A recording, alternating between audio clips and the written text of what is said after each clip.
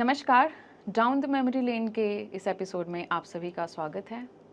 आज हमारे साथ हैं एसीपी श्री दलीप सिंह जी, जिन्होंने ईयर 1989 में as sub inspector Delhi police को ज्वाइन किया। He got promoted as inspector in year 2006 and then got promoted as ACP in year 2019। उन्होंने करीब 36 साल की अपनी सेवा दिल्ली पुलिस को दी है। आइए जानते हैं दिल्ली पुलिस में उनके सेवा के इस सफ़र के बारे में। नमस्कार सर। नमस्कार सर, आपका इस शो पर बहुत बहुत स्वागत है। Thank you. इस फोर्स को ज्वाइन करने की जो इंस्पिरेशन है सर, वो आपने कहाँ से ड्रॉ की?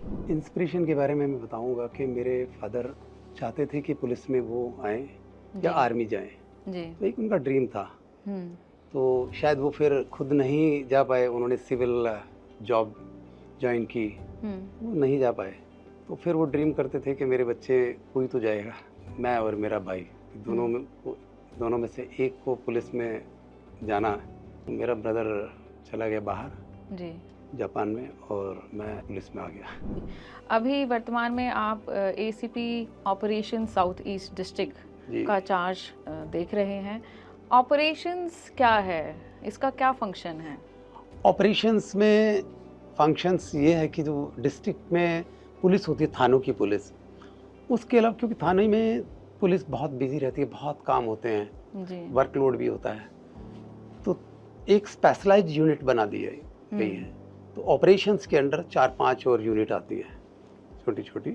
तो जैसे उसमें हो गया स्पेशल स्टाफ आता है, एक एंटी ऑटो थेफ्ट स्क्वाड आता है जी, जो व्हीकल थेफ्ट को डील करता है, कि नारकोटिक्स का आता है कि नारकोटिक्स को जो डील करता है। सिमिलरली अब साइबर पुलिस स्टेशन भी ऑपरेशंस के अंडर ही आता है, जो साइबर क्रिमिनल्स हैं उनको किस तरह से कैच करना है सब। और स्पेशल यूनिट होने की वजह से जो डिस्ट्रिक्ट का जो भी हीनियस क्राइम है, जो भी सेंसेशनल क्राइम है, उसमें इन्वॉल्वमेंट हमारी यूनिट की ऑटोमेटिकली उसमें हो जाती है। कोई भी सीरियस नेचर का केस है तो उसको भी हमारी यूनिट ज़्यादातर सॉल्व करती है। आप सर सब इंस्पेक्टर आपने ज्वाइन किया, उसके बाद आपने काफ़ी लंबा समय, मेजॉरिटी समय थानों में इन्वेस्टिगेशन को ही दिया। आप एसएचओ संगम विहार रहे, उसके बाद लाहौरी गेट रहे और बाद में ग्रेटर कैलाश रहे। तो जो पब्लिक के साथ आपकी जो इंटरेक्शन थी, उसकी जो टोन है वो कैसे सेट हुई? एंड आपने वहाँ पे हमारा जो पब्लिक को कंट्रीब्यूट करने का जो एक भाव होता है, आप जिक्र कर रहे थे कि आपने कई थानों में बच्चों से रिलेटेड काम करने के लिए, अवेयरनेस जनरेट करने के लिए सेशंस भी आप स्कूल्स में जा के लेते थे, तो उस पर थोड़ा सा प्रकाश डालिए। हाँ, ये मेरा बहुत पहले से ही मैंने सोचा हुआ था कि जब मुझे अपॉर्चुनिटी मिलेगी, कहीं इस तरह की अथॉरिटी होगी जो मेरे कंट्रोल में हो, तो मैं कुछ ऐसा काम करूं जो सोसाइटी के लिए बड़ा यूज़फुल रहे। तो जब मैं एसएचओ बना तो मुझे लगा कि हाँ, ये सब मुझे कुछ करना है। तो संगम विहार सभी जानते हैं बहुत क्राइम प्रोन एरिया है जी, बच्चे भी वहाँ स्कूल ड्रॉप आउट्स बहुत होते हैं। तो अक्सर शिकायतें आती रहती थी कि भाई स्कूल के बाहर बच्चे आके खड़े हो जाते हैं, लड़कियों का निकलना मुश्किल हो जाता है। तो फिर रोज़ अपना एक ऑफिसर वहाँ भेजे उनके छुट्टी के टाइम पर बच्चों की, तो वो मुझे नहीं लगा कि ये इफ़ेक्टिव है। देन मैंने खुद स्टार्ट किया कि स्कूल में जाके स्कूल के टीचर्स से, प्रिंसिपल से कॉन्टैक्ट करके, और स्कूल की असेंबली में जब बच्चे असेंबल होते थे तो वहाँ जाकर उनको बताया जाता था कि लॉ क्या है, कि जो आप काम कर रहे हैं, गर्ल्स को फॉलो करना, सीटी बजाना या छेड़खानी करना, ये सब ऑफेंस हैं और इसमें सज़ा है। तो वो मैं रेगुलर जाके करता रहा और उसका बड़ा अच्छा रिज़ल्ट भी रहा कि काफ़ी लोगों ने उसको अप्रिशिएट किया, टीचर्स ने भी किया, प्रिंसिपल्स ने भी किया, बाकी की जनता ने भी किया। और फिर कुछ टाइम बाद ये हो गया कि मुझे जो है वो प्रॉब्लम तो वहाँ ख़त्म हो गई कि स्कूल के बाद लड़कियों के जब छुट्टी होती थी तो मैं अपना स्टाफ वहाँ भेजूँ, क्योंकि जो स्कूल के ही बच्चे होते थे वो जो वहाँ खड़े होते थे उनको समझ आ गई थी। और ऐसा नहीं कि पूरा विड्रॉ कर लेता था, पेट्रोलिंग में रहते थे हमारे जो कांस्टेबल, बट एक पर्टिकुलर ये नहीं कि उसी जगह पर जाके खड़े। शिकायतें भी आनी बंद हो गई फिर उस दौरान। सिमिलरली फिर मैं लाहौरी गेट था, तो वहाँ स्कूल्स में भी ये प्रॉब्लम आई। किसी बच्चे ने कंप्लेंट्स भी की, जो पहले एक कंप्लेंट बॉक्स होता था कभी स्कूलों में लगा होता था, और हमारे पुलिस का ऑफिसर जाके खोलते थे। तो मैंने एक अपने जो लेडी हेड कांस्टेबल थी हमारी, उनको अपॉइंट किया था कि गर्ल्स के स्कूल में जाएं, बात करें। और वहाँ जो काफ़ी बच्चे हैं खुल नहीं पाते, किसी के सामने अपनी कंप्लेंट्स बता नहीं पाते थे, ना टीचर्स को बता पाते, ना अपने पेरेंट्स को। तो वहाँ जो कंप्लेंट बॉक्स था, उससे हमें कंप्लेंट हम कलेक्ट करते, देखते थे उसमें क्या है, और फिर उसका निवारण करते थे। आज के डेट में क्या वो जो कंप्लेंट बॉक्स वाला सिस्टम है, इज इट स्टिल रेलेवेंट? बहुत रेलिवेंट है आज की डेट में भी। और अब तो ये not only girls, for girls, ये बॉयज़ के स्कूल में भी होना चाहिए, क्योंकि ये नहीं पता आज की डेट में कौन किसका एक्सप्लॉयटेशन कर रहा है। मेंटल एक्सप्लॉयटेशन भी है, फिजिकल एक्सप्लॉयटेशन भी है, बट गर्ल्स के स्कूल में तो मस्ट है आज की डेट में, और उसके रिजल्ट भी बड़े अच्छे हैं जी। काफ़ी फ़र्क पड़ा है उससे। फिर दोबारा आज की डेट में कहीं ना कहीं जो चाइल्ड साइकोलॉजिस्ट का भी स्कूल्स में प्रोविज़न होना ही चाहिए, और जो रीसेंट लॉज हैं जैसे कि जे एक्ट भी हुआ और पॉक्सो हुआ, इसकी भी कहीं ना कहीं बहुत ज़्यादा ज़रूरत है कि एक सब्जेक्ट कहीं ना कहीं लीगल बहुत बहुत ज़रूरी है आज की डेट के अंदर। क्योंकि आज जो जे एक्ट बना है वो किसी पर्पस के लिए बना है, और उसका ना तो टीचर्स को पता है, बच्चों को भी नहीं पता है। Not only the J act, IPC के भी जो सेक्शंस हैं वो भी वहाँ पढ़ाए जाने चाहिए।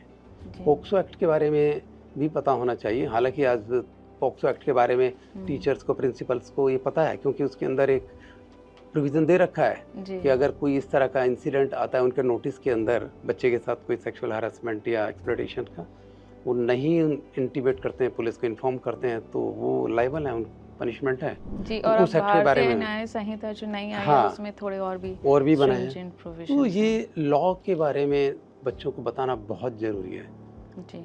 और ये बेसिकली जब स्कूल से बच्चे निकलेंगे तो अच्छे बन के निकले, उनको पता होना चाहिए कि क्या हम जो एक्शन कर रहे हैं, जो एक्ट कर रहे हैं, उनकी सज़ा क्या है, वो हम अपराध कर रहे हैं। क्योंकि बच्चों को पता नहीं होता कि जो एक्शन कर रहे हैं वो ऑफेंस की कैटेगरी में आते हैं और उसमें सज़ा का भी प्रोविजन, इग्नोरेंस है। यस। जो ट्रेनिंग, बी इट पुलिसिंग, बहुत मेजर चेंजेस हमारे डिपार्टमेंट ने, इनफैक्ट सभी ने ही देखे हैं, तो उसके बारे में आपका क्या पॉइंट ऑफ व्यू है? जिस तरह से चेंज हो रहा है समय के साथ, तो पुलिस में भी चेंजेस आ रहे हैं जी। और जो मैंने देखा कि ट्रेनिंग भी प्रोवाइड की जा रही है, लेकिन थोड़ा टाइम लगेगा, क्योंकि जो हमारा जितना फास्ट चल रहा है, कंप्यूटर का ज़माना है आज की डेट में, तो आजकल क्रिमिनल्स भी हाईटेक हो गए हैं, तो जो टेक्नोलॉजी का यूज़ क्रिमिनल्स भी कर रहे हैं। तो मैं यही कहूँगा कि आजकल जो हमारे पुलिस डिपार्टमेंट जितने भी जो बीट ऑफिसर हैं, इनको ट्रेनिंग, प्रॉपर ट्रेनिंग होनी चाहिए लॉ से रिलेटेड, और आईटी एक्ट को पूरी तरह से पता होना चाहिए। आप सर अपने पूरे टेन्योर में काफ़ी सक्सेसफुल रहे हैं, और एक आप जिक्र कर रहे थे कि आपका एक बहुत लंबा चौड़ा इश्तिहार भी हाँ, यस, न्यूज़पेपर में था। 2005 की बात है, जब मैं खुद सरप्राइज था कि दिल्ली पुलिस डे पर एडवर्टीजमेंट आती है दिल्ली पुलिस की, एवरी ईयर आती है। तो उस दौरान मुझे बहुत अच्छा मुझे somebody told me early in the morning कि भैया आपका तो फोटो अखबार में है। मैंने किस अखबार में आ गया, देखा तो वो हाफ पेज का एक पूरा एडवर्टाइजमेंट, मेरा बड़ा अच्छा फोटो था उसमें, सैल्यूट करते हुए, पीछे बैकग्राउंड पे president, vice president, prime minister, LG और सीएम और हमारे कमिश्नर साहब की फ़ोटो। तो बहुत अच्छी एडवर्टाइजमेंट थी। वर्तमान में जैसे टेक्नोलॉजी बढ़ रही है और हमारी जो हर तरह का जो प्रेशर है वो पुलिस पे कहीं ना कहीं बढ़ता जा रहा है, तो आजकल के जो आईयूज़ हैं, आप उनको क्या टिप देना चाहेंगे टाइम मैनेजमेंट के लिए और एक सक्सेसफुल इनिंग निकालने के लिए अपने पुलिसिंग करियर में? आईयूज़ के लिए सबसे पहले तो सक्सेस के लिए तो डेडिकेशन बहुत ज़रूरी है अपने काम के प्रति जी। ये जो न्यू हमारे ऑफिसर्स आ रहे हैं, इन्वेस्टिगेटिंग ऑफिसर, उनको डेडिकेशन होना चाहिए काम के लिए कि यस, ये हमारा काम है, यही हमारी जॉब है। तो फुल 100% उसको देना चाहिए। और उनको चाहिए कि क्योंकि पुलिस डिपार्टमेंट में कुछ भी फिक्स नहीं होता है, रोज़ नए नए सिचुएशंस आती हैं, नया नया तरीके बदलते रहते, क्रिमिनल तरीके बदलते हैं। तो उनको चाहिए कि जो सीनियर ऑफिसर्स हैं, इन्वेस्टिगेटिंग ऑफिसर्स हैं, उनके साथ बैठें, उनके साथ काम करें, उनसे टिप्स लें किस तरीके से केस फाइल को बनाया जाए, इन्वेस्टिगेशंस में क्या क्या चीज़ें होती हैं उनसे सीखें, ये बहुत ज़रूरी है। एक बड़ा चैलेंज आईओ के सामने ये भी होता है कि एवरीथिंग इज़ कंप्यूटराइज्ड नाउअडेज। तो पहले जो केस डायरी लिखी जाती थी वो हाथ से लिखी जाती थी, तो वो बड़ा लंबा समय मेमोरी में स्टे करती थी। Nowadays everything is happening on computer. तो इसका कहीं ना कहीं कुछ ड्रॉबैक्स भी हैं, क्योंकि जो कट पेस्ट की जो सिस्टम चला है, मेमोरी में कुछ नहीं जाता है, वो कंप्यूटर की मेमोरी में जाता है, इंसान की मेमोरी में नहीं जा रहा जी। लेकिन जो पहले हम हाथ से लिखते थे केस डायरियाँ, तो एक बार जो चीज़ लिख दी तो वो परमानेंट फिक्स हो जाती थी हमारे माइंड में कि दोबारा कभी हम उसको फिर भूलते नहीं थे। अब कट पेस्ट में तो इतनी भी गलती हो जाती है कि कई बार ये नहीं पता होता कि हम कंप्लेनेंट का नाम लिख रहे हैं या एक्यूज का नाम लिख रहे हैं जी। जब कट पेस्ट में मैंने बहुत सारी केस फाइल्स देखी हैं तो ऐसा होता मैंने खुद फिर चेंज कराया।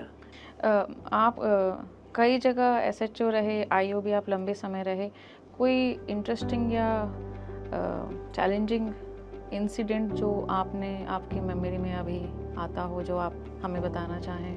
जो पुलिस स्टेशन की जो जॉब होती है वो अपने आप में ही चैलेंजिंग है, चाहे वो सब इंस्पेक्टर की जॉब हो या एसएचओ की।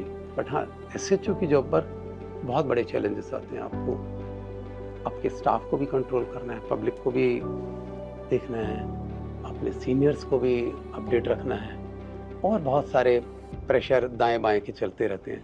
तो वो चैलेंजेस हैं, वो उससे जो एसएचओ निकल जाता है तो फिर सक्सेस है। क्योंकि पुलिस में जब आए हैं तो सब कुछ पता है कि ये हमारे चैलेंजेस हैं जी। घर से भी दूर रहना पड़ेगा, खाना भी टाइम पर नहीं मिल सकता, आपको सोना भी नहीं मिलेगा, आपकी हेल्थ भी डिटेरियोरेट हो सकती है।